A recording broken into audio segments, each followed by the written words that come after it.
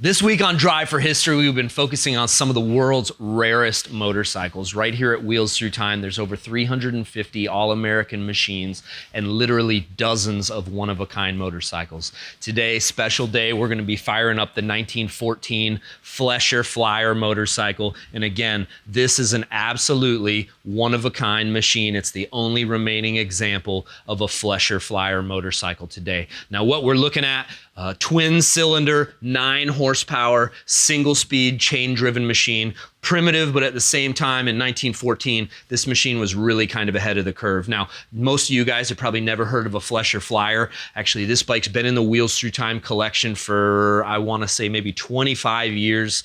Here at the museum, the bike is run very rarely. It's probably been 8 or maybe even 10 years since the last time this motorcycle run. Now, the bike was actually found at a swap meet.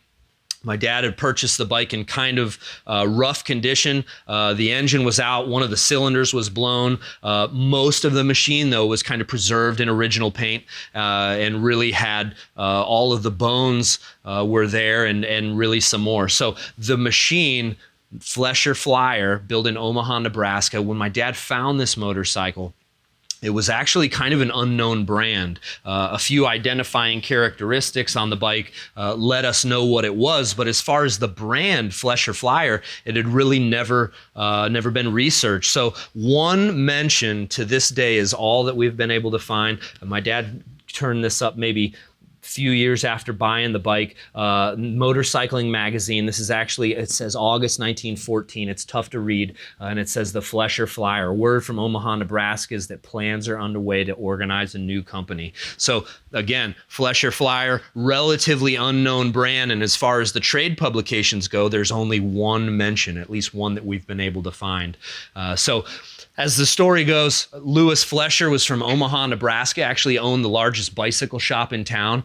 This motorcycle, many, many years later, was written about in American Iron magazine, I think 1998, maybe 2000. It was in the classics feature of American Iron magazine, told a little bit about how Dale had found the machine, about its kind of one-off styling and one-off presence. And shortly after the bike was featured in the magazine, we were actually contacted by some family members of Louis Flesher, and they had not known about the surviving Flesher Flyer, but actually they had several pictures and information about Louis and his very first models. So they actually had Louis's first 4 models, large photographs. of just a few weeks after the article popped up in American Iron magazine, we get this stuff in the mail, and as you can imagine, really helped tie some of the pieces of the puzzle together. For a very long time, this was strictly family history, and then with the combination of finding the bike, doing the conservation, getting it running again, it took my dad about 1.5 years to get it running. It being featured in American Iron magazine all allowed things to circle back around and the story of the man come back together with the motorcycle itself. So now, neat story that kind of ties into some earlier motorcycle history. Right here, we're looking at a Yale, California motorcycle. This is a 1905 Yale, California, built in Toledo, Ohio. The Yale was actually purchased, or excuse me, the California motorcycle, 1902, 1903, was actually purchased by the Yale Motorcycle Company. Now, the California motorcycle, nearly identical to this Yale, California, the first motor vehicle to cross the United States. First between cars or bikes. 1903, a fellow named George Wyman set out from San Francisco and went all the way to New York on a 1903 Yale, California, nearly identical to this machine. And this is not much more than a motorized bicycle. It's as absolutely primitive as they come. Big external flywheel, chain here for starting the motorcycle, thin belt drive over on the other side, maybe about a 1.25 inch wide belt, big brass tank here. So this, as far as motorcycles go, is about as primitive of a motorcycle is out there. If you can imagine jumping on this motorcycle in San Francisco and riding it all the way, again, riding, pushing, pulling, pedaling this bike coast to coast is quite a feat. Now, as the story ties into Louis Flesher, on his way across country, George Wyman And Wyman actually kept a really detailed journal of his trip. I think the trip might have been upwards of 50 or 60 days. Kept a really detailed journal from his trip, and it actually was published in several magazines in 1903, 1904, 1905. The articles were actually called Wyman's Ride. Now, the journals, copies of that journal still exist today. What he talks about is he's traveling across country. His bike broke down just outside of Omaha, pushes the bike into town, and actually searched out the largest bicycle shop in town that happened to be owned by Louis Flesher. Louis, as you can imagine, sees this motorized bicycle, talks with the owner. Hey, I'm riding from coast to coast. I started out in San Francisco. I'm not even halfway there. You can imagine what sort of inspiration this must have been for Flesher. It's unknown exactly when Louis made his first motorcycle, but we're pretty certain that his inspiration came from George Wyman on his coast-to-coast trip. Now, picture that the relative of Louis had sent us. This is Louis's first model, and as you can see, not too far removed from the Yale, California, or the California motorcycle. Similar trussed front end, square gas tank right above right below the handlebars there, toolbox on the back. This machine happens to be chain drive, motors in a bit different orientation than the Yale, California. Now, by this time, the Thor company had been supplying engines to Indian, supplying engines to Reading Standard, and they basically provided motors for guys wanting to enter into the motorcycle industry. This time, you got to imagine, incredibly competitive. This is the birth of an industry, and guys were making small runs of machines. They say as many as 150 or 200 early American motorcycle companies existed. So Flesher's machine is kind of that cross between an early Indian or Reading Standard and the Yale, California. So as time would go on, Flesher would make, we know, 5 different models at least. Now, this we believe is his 5th model. It's not the machine that's pictured in any of the photos the relatives had sent us. It's a slightly more advanced machine.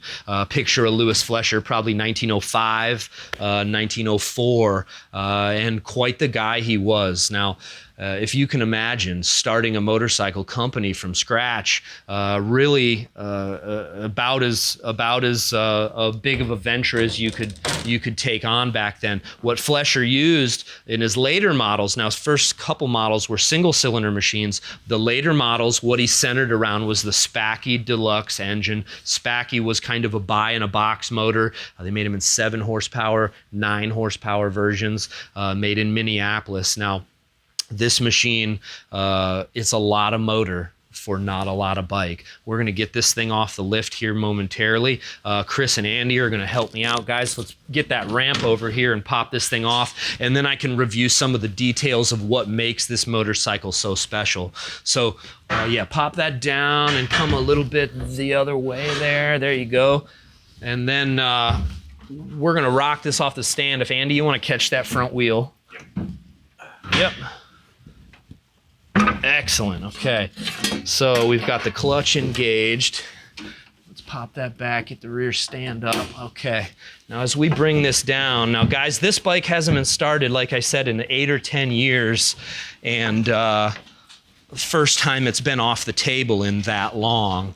So the last time the bike was run, it was put up in good running order, drain the fluids, so hopefully it ought to be as easy as a little bit of gas and a little bit of oil, and we'll have this motorcycle fired back up and running well. Now, like I said, the Spackey engine actually was... The Spackey engine was supplied to different motorcycle companies. If you notice right behind the Flesher, the Sears motorcycle also used the Spackey Deluxe engine. Minneapolis used them. A number of other machines used this very same power plant.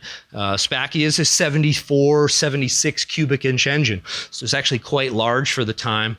And able to be bolted in just about any chassis. Now, what you'll also notice is that the chassis, the frame and the forks and the handlebars for these machines are also very similar. And again, really competitive time in American motorcycle industry. Guys were copying each other left and right, using parts from common makers and suppliers. So we believe that these chassis, both the Sears and the Flesher chassis, at least the frame and fork combination, were made by the Excelsior company. Now, not your Excelsior auto manufacturing company. It's actually a different Excelsior motorcycle company in the same city, two Excelsior companies, both in Chicago. So this one here is not the more well-known company. Excelsior is actually little-known company that used supplied the chassis for the Spacky type of engine. Now, with so many people copying each other, inevitably there are going to be guys that get onto ideas and technologies that set them apart from the other guys. One of the neatest things about the Flesher Flyer, Louis Flesher had the idea for working floorboards. Okay, so the floorboards, now keep in mind, Harley Davidson at this time, 1913, 1914, Harley Davidson, their 13 models, pedals only, coaster brake. Okay, now the Flesher is a pedal start and coaster brake machine. However, it's got floorboards on both sides that are actually working floorboards. Now they're beautifully cast Flesher Flyer here. Some of the most amazing pieces on the bike. So this one on the right side is your brake.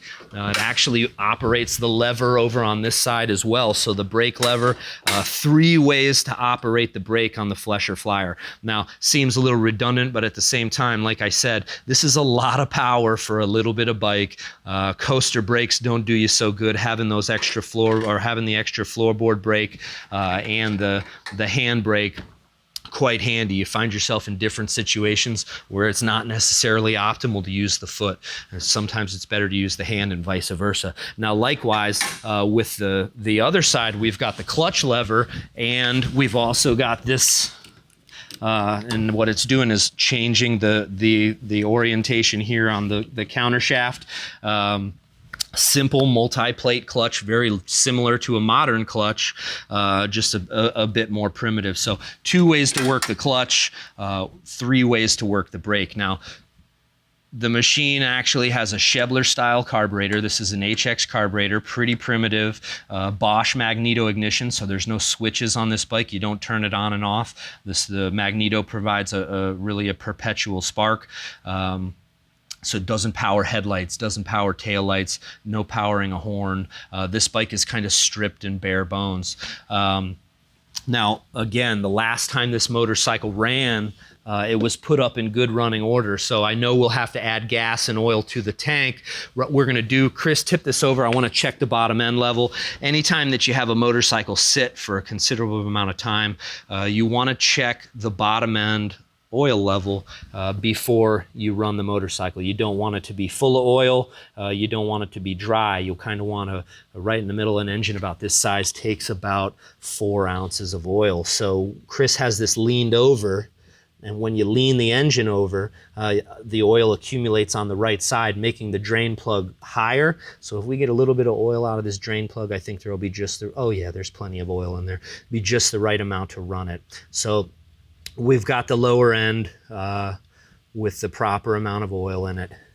And right now we should be on to filling this thing up with gas and seeing if she'll pop over. Now, from my dad's recollection, the last time he had this bike out, he said it run 50 miles an hour right down the middle of Maggie Valley. So what we're gonna do is fire this thing up and see how she runs. It's a pretty simple starting procedure on a motorcycle like this. Yeah, let's get the gas in there. Use low octane fuel with this. We don't run leaded fuel, but we do like to run ethanol-free fuel as little as we, there you go. We're not gonna need a lot. Go ahead. Yep. Okay, good. So with the ethanol-free fuel, it just stores better. So even though we're draining these bikes when we run them, or after we run them, excuse me, you never know what sort of residue and residual will be left inside the carburetor, left at the bottom of the tank that can't quite evaporate out. So again, the ethanol-free fuel is just a lot easier to deal with. So we're gonna be running this bike momentarily. I just wanna add a little bit of oil to the or a little bit of oil to the oil tank. Now keep in mind also, guys, we've got a total loss oil system. This motorcycle has a drip feed There's not even an oil pump. So total loss, meaning oil doesn't circulate down to the lower end of the engine and back. It's just fed down to the lower end. Some of the later machines actually had a feed pump or a feed system. Didn't rely on pressure. It was kind of more of a volume feed. This, I'll show you here over on the other side. This machine actually has a dial that has a tapered needle and seat where you can adjust the oil drip to the lower end. So right over on this side, we've got about a third of a quart in there. I believe there's some oil in the oil tank already, so we should, what we've got here is a sight glass, and we can actually turn the oil dripper on, and hopefully real soon you'll be seeing a few drips. Maybe a little bit hard to see. Oh, yep, there we go. Beautiful. You see it dripping? Yeah, there we go. Let me back her off a little bit. And again, if you put too much oil in the lower end, it's really, the way I kind of refer to it, it's like running through a swimming pool. You get to a point where that oil level really starts to provide resistance as opposed to lubrication. So we've got gas in. I'm going to turn the fuel on. Again, guys, the world's only Flesher Flyer motorcycle built in Omaha, Nebraska. It's been years since she run. Let's see how it goes. Okay. We're going to tickle the carburetor a little bit and add a little bit of choke and climb aboard. Now you've got a decompressor here on the back side of your throttle, or excuse me, on the back side of your spark advance. So as you operate the decompressor, you can see it work this lever over here, and what it does is it actually raises the exhaust valves. Just that little bit is enough for you to be able to bypass the compression. Valve up, you've got no compression. Thing ought to be able to spin over with less resistance. You build up some inertia in the flywheels there, drop that compression release, and hopefully it fires up with a little bit of gas. So put this choke on, and we ought to be ready to go, guys. Fingers crossed.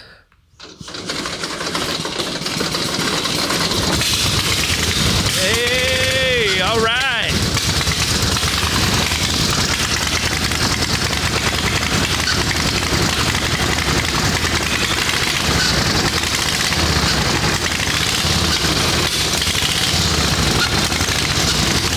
And you can hear it's just an absolute ton of power for such a small bike.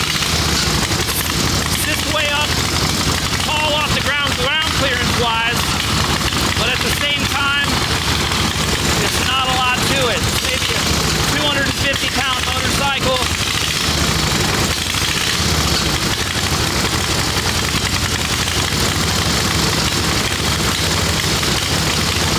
There we go.